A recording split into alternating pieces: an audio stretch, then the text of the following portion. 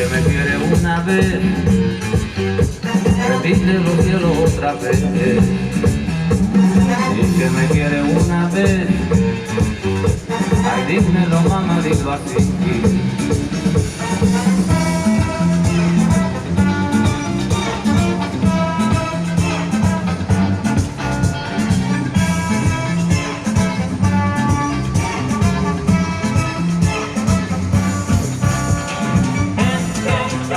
Quiero oír decir, te quiero, oh sí. Es que yo te quiero oír decir, te quiero, oh sí. Y te adoro. Bienvenidos a mi canal. Somos Santiago de León Audio, un grupo de artesanos dedicados al sonido de alta fidelidad, a la fabricación de altavoces de alta eficiencia, y hoy le toca a un equipo muy raro, muy difícil de conseguir, muy poco frecuente, muy poco común. El deck de 3 cabezales Pioneer CTF 850 no tiene compañero, no hay un 800. O sea, sí lo hay, pero es muy diferente de este equipo. Muy diferente, por ejemplo, con lo que pasa con el CTF 900, CTF 950, que son dos versiones del mismo diseño. El 850 es una rara avis. Creo que lo he visto como 3 o 4 veces, y eso que en Venezuela Pioneer fue muy popular. Es un deck de 3 cabezales, de accionamiento electrónico, con una unidad de control con botones de toque de pluma, que es muy curioso, es un poco frecuente. La unidad de transporte y buena parte de la electrónica son idénticas a la del CTF 900. Pero a partir de aquí empiezan las diferencias. Ya les voy a mostrar qué tiene y cómo lo tiene. Para la colección de 1978-1979, Pioneer decide agregar a la estética de sus austeros equipos Silverface, como el Pioneer SA7500, 8500, 9500, las pantallas azules, la pantalla electroluminiscente. Eso cambiaba por completo la estética y la lógica del diseño de los equipos, pero sobre todo quería lucirse con los decks de cassette. Como ustedes saben, los amplificadores integrados y los preamplificadores no suelen tener ningún tipo de interface con el usuario. Pero los decks de cassette siempre han tenido viewmeters, una luz piloto que indica que está encendido, una luz piloto que indica que está en pausa, una luz piloto que indica que está grabando, que está adelantando, que está rebobinando, que está accionado el sistema reductor de ruido. Siempre hay algún tipo de anuncio visual que le dice a uno por dónde va la máquina. Para la serie azul, los decks de cassette se iban a lucir porque esta llamativa pantalla le iba a permitir a la gente saber un montón de cosas. La primera idea era poner una pantalla azul que nos indicara el nivel de grabación. Así aparecieron máquinas como el CTF 555, el CTF 650, 750, 850, tope de serie 950 y el tope de gama 1250, cuyo diseño es completamente distinto. Pero fueron más adelante de simplemente agregar esta estética. Aquí en el 950, por ejemplo, tenemos... lo tengo apagado. Aquí estamos. Aquí en el 950, por ejemplo, tenemos el display de barra de puntos que marca de menos 20 a más 7 decibeles en escala semilogarítmica, y el contador de cinta bellamente implementado en forma digital, cosa que le da estética al equipo. Aunque el resto de las lámparas son unos simples LEDs, forman parte del display. Entonces me indican si tengo activada la memoria, si tengo activado el sistema reductor de ruido, si la máquina está en cromo o está en autodetectar cinta entre ferrocromo y posición normal. Recordemos que aquí los sensores que permiten detectar el tipo de cinta no distinguen entre ferrocromo y cinta normal, pero sí pueden distinguir las otras 3 tipos de cinta. Entre normal, dióxido de cromo y metal sí se pueden distinguir con estos conmutadores, estos sensores que están acá. El 850 tiene curiosamente una pantalla mejor. También va de menos 20 decibeles, pero hasta más 8.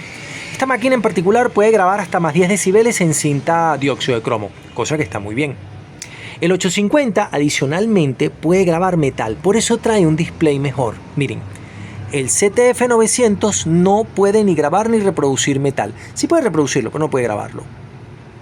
Pero el 850, 750, 650, 950 por supuesto, y el tope de gama 1250 pueden grabar metal. La cinta metal se graba como un 20% más fuerte que la cinta dióxido de cromo. Es interesante. Por dentro, si damos la vuelta y nos asomamos, vamos a descubrir que los cables no me dejan pasar. pero si lo intentamos a partir de aquí descubrimos algunas sorpresas interesantes. Esta es la unidad de transporte del CTF 850. Dos motores. El motor grande, servocontrolado internamente para los cabestrantes, y el motor pequeño, aunque en realidad en este caso son del mismo tamaño, que es el motor de torque para accionar los carretes de toma y de suministro. Aquí vemos que es la misma unidad de transporte. La misma unidad de transporte. Las dos son de accionamiento electrónico. Diferente, en los CTF 650 y 750 perdemos un motor y perdemos el accionamiento electrónico. Ya no tenemos una unidad lógica de control, sino que en su lugar hay que empujar mecánicamente cada uno de los elementos de la unidad de transporte. Eso no es peor, porque en realidad el 750 tiene una cosa interesantísima, y es que es autorreverse. A pesar de que ambas máquinas fueron fabricadas el mismo año, con el mismo diseño, la misma gente de Pioneer, tienen la misma unidad de transporte y la electrónica esencialmente en el esquemático son idénticas, la implementación es completamente distinta. Aquí tenemos componentes electrónicos un poquito más baratos. Este montón de condensadores azules y púrpuras son de apenas razonable calidad. Mientras que en la implementación del 950 se darán cuenta de que todos los condensadores son Nippon Chemicon. Miren, aquí se puede muy bien, se puede ver con todo detalle. Ahí podemos ver el blasón de Nippon Chemicon sobre los capacitores de la fuente. El resto de los condensadores son más pequeños y de repente no se puede notar, salvo este que está acá. Pero en todos los demás son Nippon Chemicon, son negros. Incluso estos anaranjados que están acá, como les había mostrado antes, estos condensadores anaranjados para el paso de pequeña señal, que los hay aquí y en la tarjeta que recibe la señal para grabar, también son Nippon Chemicon, pero son de la serie Brown, de la serie marrón, de la serie baja corriente de goteo. Mientras que en la implementación del CTF 850 3 cabezales, también vemos estos condensadores especiales para recibir la señal, como no, pero vemos un montón de condensadores azules que son de bajo costo. Han reducido el costo de fabricación de esta máquina, y eso se puede ver por la baquelita, por la calidad de los componentes electrónicos, por el tipo de implementación y por los condensadores.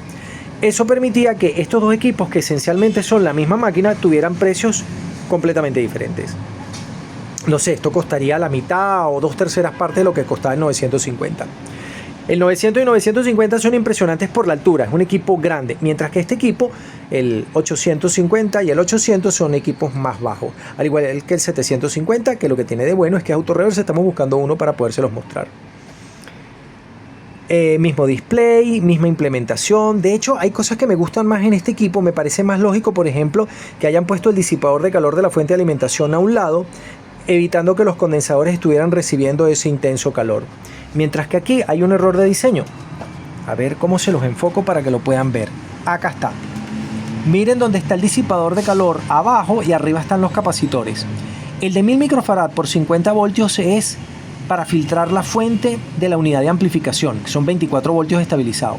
Y hay dos condensadores de 1500 microfarad por 35 voltios allá abajo, no sé si los puedan apreciar, que son los que filtran la alimentación para la unidad lógica de control, la unidad de potencia de la unidad de transporte. Aquí tenemos el disipador de calor como debe ser a un lado, y tenemos 3 voltajes regulados. ¿Por qué hay 3 voltajes regulados? Un voltaje serán 24 voltios para la unidad de amplificación. Otro voltaje serán 13 voltios para comandar la unidad lógica de control de la unidad de transporte. Y hay 5 voltios adicionales para el microprocesador, que aquí, por lo menos en la primera toma, no se ve dónde está, pero debe haberlo en algún lugar. De resto son las mismas resistencias enormes para accionar cada uno de los elementos, los solenoides, los motores y esta clase de cosas.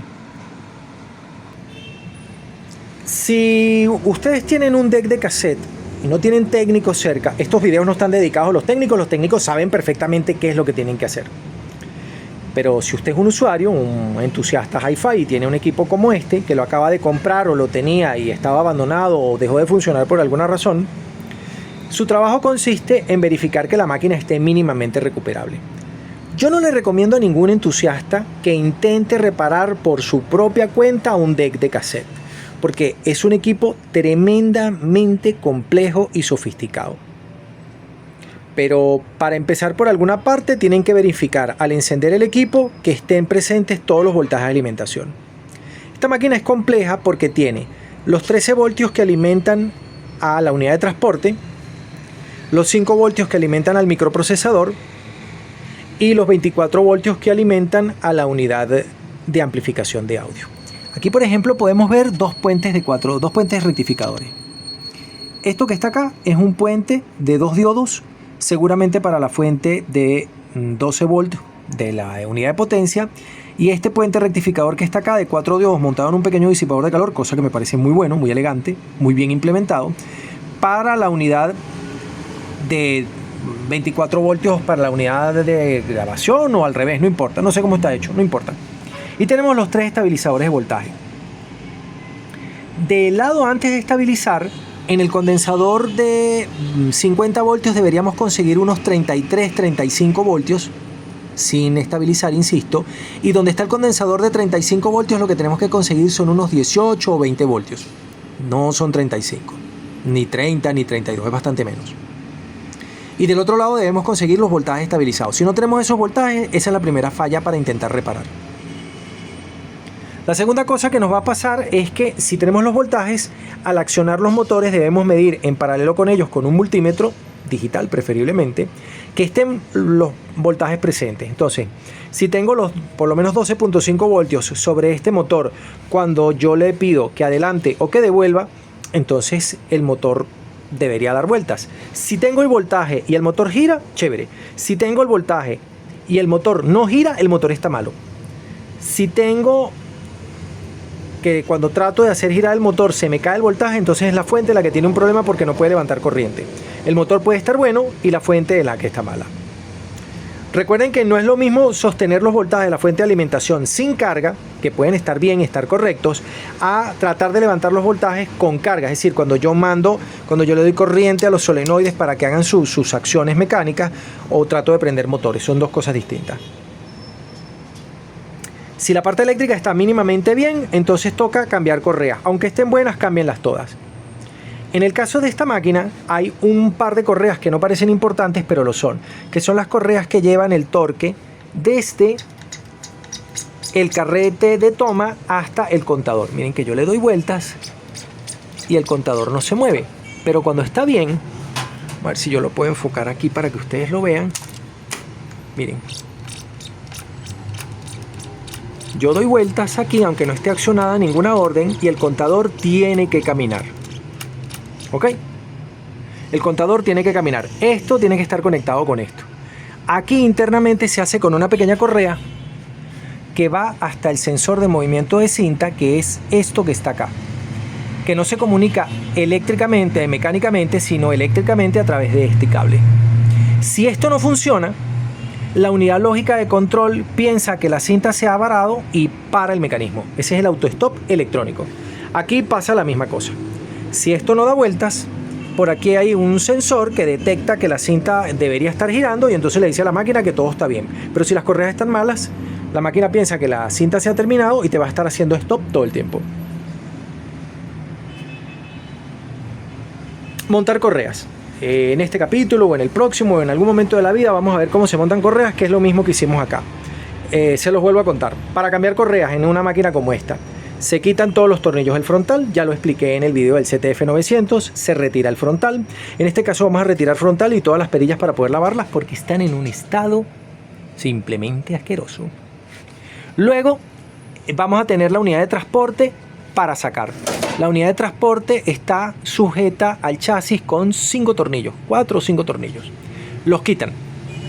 La unidad de transporte sale. Hay un comentario de un seguidor de este canal que dice que se pueden hacer algunas cosas adicionales para sacar la unidad completa. Yo no hago eso porque la torpeza es tan grande que siempre se puede perder un tornillo, siempre puede pasar una cosa que uno no desea y bueno, pues ya después reparar el equipo se complica mucho. Al desarmar completo, como yo les conté en el video del CTF900, quitan esta pieza con 4 tornillos, van a tener acceso a el interior del mecanismo, como vamos a ver en un momento, y se pueden cambiar las correas. Después de cambiar correas, la máquina debería de andar. ¿Qué problemas se pueden manifestar? Problemas. que la velocidad del motor principal no sea la correcta. Ajustar el motor requiere de un cassette que ustedes sepan cuál es la longitud que él tiene para que puedan sacar la cuenta. Un cassette normalmente debe durar, un cassette de 60 minutos en realidad dura 61 minutos. Es una manera torpe y fastidiosa, pero les va a permitir ajustar la velocidad para que estén seguros de que la velocidad es más o menos correcta. ¿Por qué? Antiguamente, los fabricantes de los propios decks de cassette te daban un cassette que tenía una frecuencia de patrón que permitía ajustar la velocidad. Un cassette que tenía patrones con diferentes frecuencias para que se ajustara el nivel de reproducción a 250 Hz, a 1 kHz y a 4 kHz.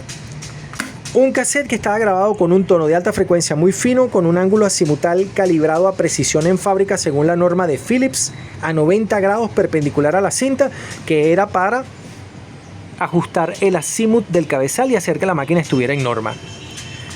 Otro cassette que estaba grabado con ciertos niveles de referencia para que nosotros hiciéramos que los menos 20 decibeles fueran menos 20 decibeles, los 0 decibeles fueran 0 decibeles y probar la máquina en el playback level para que el nivel de reproducción fuese 250 nanoweber a 0 decibeles, tal cual como dice la norma. Otro cassette que era para grabar, para verificar que los niveles de grabación se correspondían y tal y tal y tal. Es decir, se necesitaban 5 cassettes, frecuencímetro, hoy en día utilizaríamos un analizador de espectro y un osciloscopio para verificar hasta dónde distorsiona la máquina. Todo eso está muy bien, yo eso lo sé. Pero si ustedes no tienen la instrumentación, entonces se tienen que poner a inventársela y adivinar. Para ello, más adelante en este canal va a haber una sección, según los comentarios que hagan acerca de ello, que se llamará Laboratorio del Científico Loco, donde haremos pequeños circuitos que son un generador de ruido blanco, un generador de un tono de más o menos precisión de 400 Hz, un oscilador RC no es tan preciso, pero puede ser lo suficientemente bueno como para darle vida a una máquina de estas, qué sé yo, un seguidor de señal, alguna cosita, según me lo vayan sugiriendo, lo vamos a ir implementando de tal manera de que ustedes tengan cosas. En mi libro, Electrónica para Alta Fidelidad, sí hice un montaje que estoy terminando de desarrollar, que es un medidor de ruido para transistores, para que ustedes pongan un transistor en un protoboard y ese medidor en particular les diga que la base tiene medio microvoltio de ruido, 0,75 microvoltio de ruido, 1 microvoltio de ruido, para que ustedes elijan los transistores más silenciosos y los pongan justamente en la sección de entrada de señal. En un deck de cassette esto es particularmente importante porque, como yo les había comentado en los videos dedicados al CTF-900, la señal inducida por un cabezal lector de formato compact cassette puede ser tan pequeña como 200 microvoltios, incluso menos. En el original CTF-900 eran 175 microvoltios si yo no recuerdo mal. Una señal tan pequeña exige una sección de amplificación realmente muy buena, muy competente. Para el diseño de los decks de cassette Pioneer CTF 850, 900 y 950, los ingenieros dispusieron el uso de un circuito integrado monolítico fabricado por National Panasonic, un circuito integrado Matsushita, que es el AN750. Que tenía un ruido de fondo tan pequeño como para poder ser utilizado en esta parte tan delicada del proceso de señal. Por alguna razón no logro enfocarlo bien en el 850, pero aquí en el 900 se puede ver perfectamente. Estos circuitos largos son los Matsushita AN370, amplificador integrado, amplificador operacional monolítico para muy baja señal, para amplificar señal de micrófonos y en este caso la señal de los cabezales. Ellos tienen por propósito recibir esa pequeñísima señal y hacer dos procesos que son muy importantes para la calidad del sonido, que son amplificar esa minúscula señal sin agregar ruido y además ecualizarla para que la respuesta en frecuencia vuelva a ser plana. Por eso hay veces que se llaman playback head o se llaman playback EQ o head EQ o alguna cosa por el estilo. Para los que no me entiendan así, se los explico al revés. Esa es como la sección fono y es la responsable de la calidad del sonido de todo el equipo. Todo ella depende de esos dos chips. Pero no se preocupen si no los consiguen. Pronto los vamos a ofrecer como circuitos integrados hechos en una pequeña baquelita porque son unas etapas de 4 transistores. Con 4 transistores se puede simular el circuito que llevan estos integrados por dentro. Lamentándolo mucho, integrados más complejos como las unidades reductoras de ruido no se pueden hacer con transistores por separado, es imposible. Allá hay 25 transistores, no hay forma ni manera. Hasta aquí este capítulo, nos vemos en el próximo donde les muestro lo que voy a terminar de hacer con el 900 y empezamos a trabajar con aquel 850.